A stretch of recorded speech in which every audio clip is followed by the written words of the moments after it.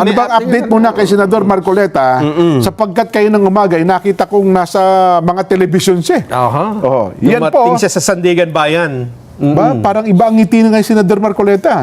Ipakita mo nga ulit, Direk, yung kanyang ngiti. Siya ay binasahan ng sakdal. Arraignment. Arraignment po. Arraignment. Doon sa, kasama niya yung espiritu ito, no? Espiritu, pero nakikita natin. Apelido po yung espiritu. Ay, tama. Basahin mo nga kasi meron tayong gagawing paglilinaw eh. Dahil yung iba eh na-confuse eh. Ganon? Yan. Naghain po si Senator Rodante Marcoleta ng not guilty plea Yan. sa mga kasong plunder at paglabag po sa presidential decree na nagbabawal sa mga opisyal ng gobyerno na tumanggap ng mga regalo. Ayun, doon muna Yan. tayo. Kasi nung mabasa ito nung iba, siguro sa katuwaan nila o kasayahan, ay sinabi na nila na, uy, not guilty Not na. guilty. Not guilty, wala kasalanan. Pinawalang sala po. Hindi pa. Hindi po. Ang ibig lang sabihin nito, ibinasa yung kaso. Ikaw ay ganito, ay meron kang reklamo. Pinaparatangan ka ng ganito, tumanggap ka ng 75 million, ganyan. Ano ang masasabi mo? Ikaw ba'y may kasalanan o wala? Not guilty po, Your Honor. Ayun. Sinabi mo na ikaw ay wala kasalanan. Yan.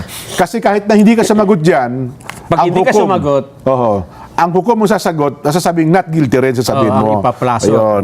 Pagkatapos nun, ay magkakaroon na po ng trial proper. Trial na. Kasama po ang kanyang kapwa-akusado na si Joseph Espiritu. Kaya pala kayo nasa bigla ko naalala, pagdating ko sa makeup room kanina, sabi nung ating mga kasama, laya na pala si Senador Marcoleta, napawalang sala na pala. Naabsuelto. Napag-isip ko tuloy kanina, pawalang sala. Yan ngayon narinig ko. Kaya sabi ko, ito yun.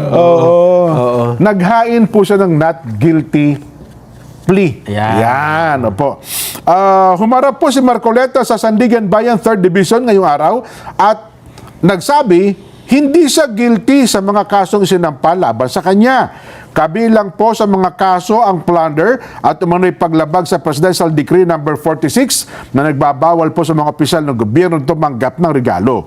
Pinayagan po ng anti-graft court ang hiling ng mga abogado ni Marcoleta na bawiin ang motion nilang ipawalang bisa ang kasong plunder dahil dito itinuloy ang kanyang arraignment.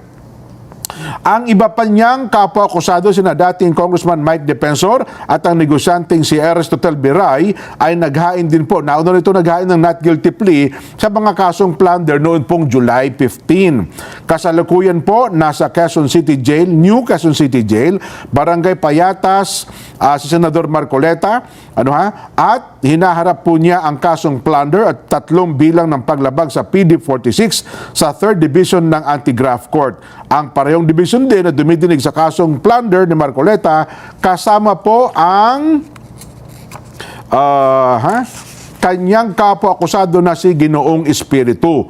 Ang dalawa pang nagbigay umano ng donasyon sa kampanya. Ayon po sa prosecutor ng gobyerno, tumanggap umano si Marcoleta ng 75 billion pesos na hindi diniklarang donasyon sa kampanya habang naglilingkod bilang aktibong kinatawan ng isang party list. Nagmula umano ang 20 million pesos mula kay Espiritu, 30 million piso mula kay Defensor at 25 million piso mula po kay Biray. Hindi umano sinama ang mga ito sa opisyal na financial election disclosures ng senador. Ayan. Kaya, pagkatapos po kanina, mga kabayan, hindi po pinalaya si senador. Ibinalik po siya doon sa New Quezon City Jail.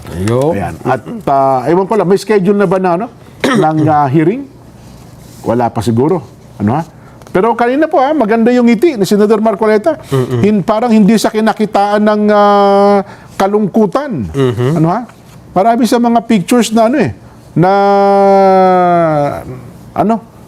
nakangiti si Senador Marcoleta Nelson. Ayun. Baka at least nakapagpahinga sa araw-araw na pressure ng trabaho sa Senado. Pero nawala, pero stressful din yun. Nandun ka sa loob ng imagine mo yung ganyang sitwasyon, Kanya-kanya kasing pagtanggap